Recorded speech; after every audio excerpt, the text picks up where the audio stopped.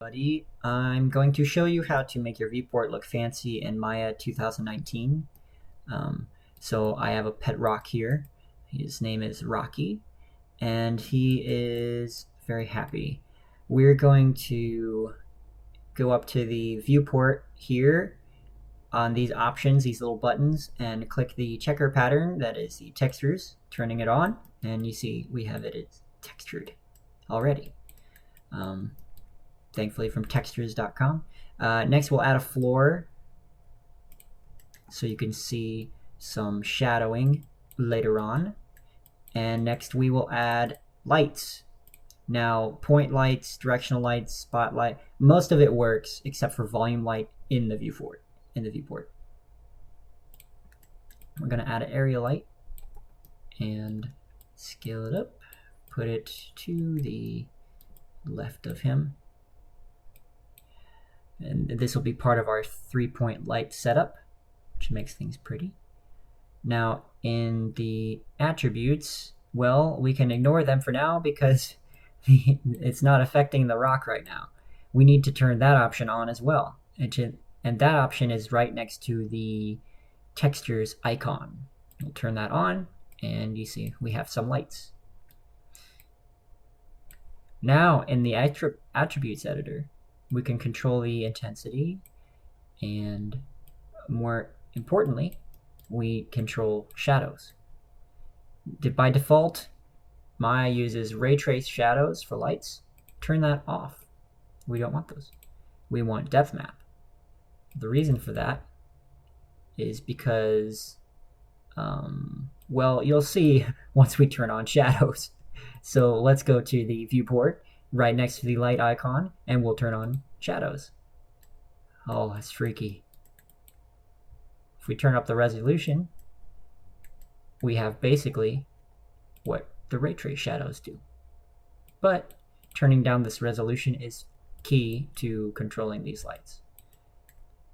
If we lower down the resolution to say 500 or 520, we can blur these pixelated edges with the filter size option, increasing it to 5 per se. You can lower it and increase it, and you could probably see the use case for this. More diffuse shadows are caused by lower resolution and a higher filter size, which is what we want in a lot of cases.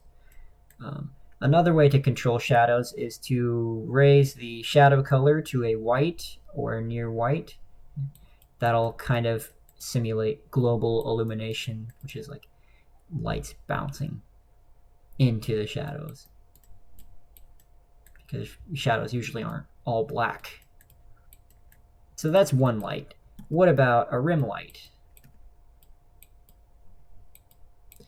Well, let's find out.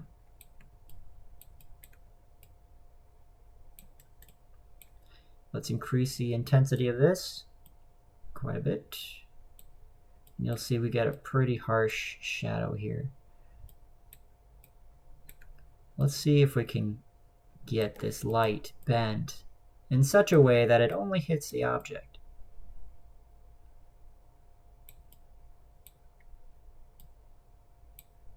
Well, it looks like we're going to have to increase the intensity as well.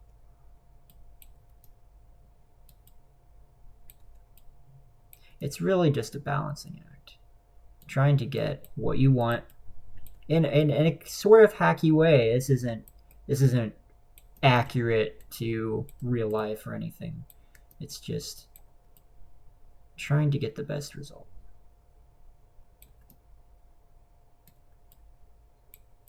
Well, it looks like we're not going to be able to do that, but we can control these other values. Typically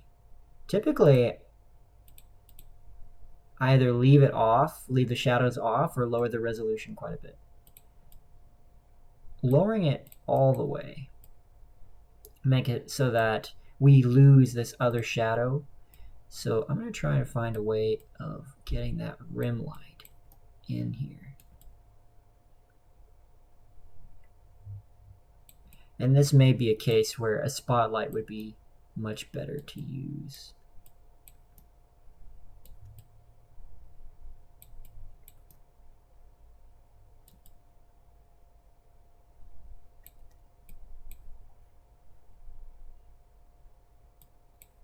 Yeah, let's try a spotlight.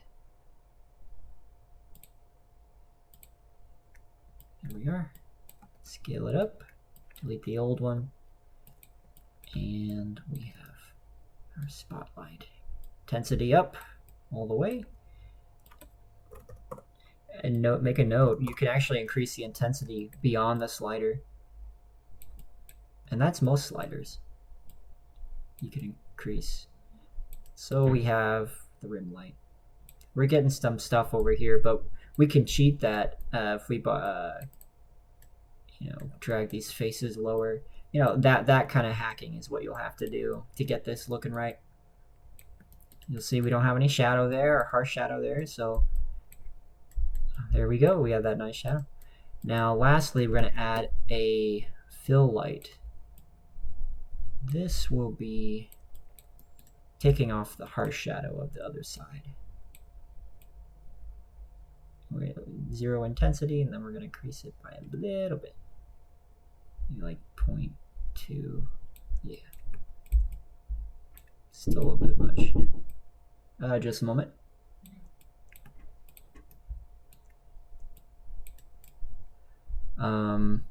There we go.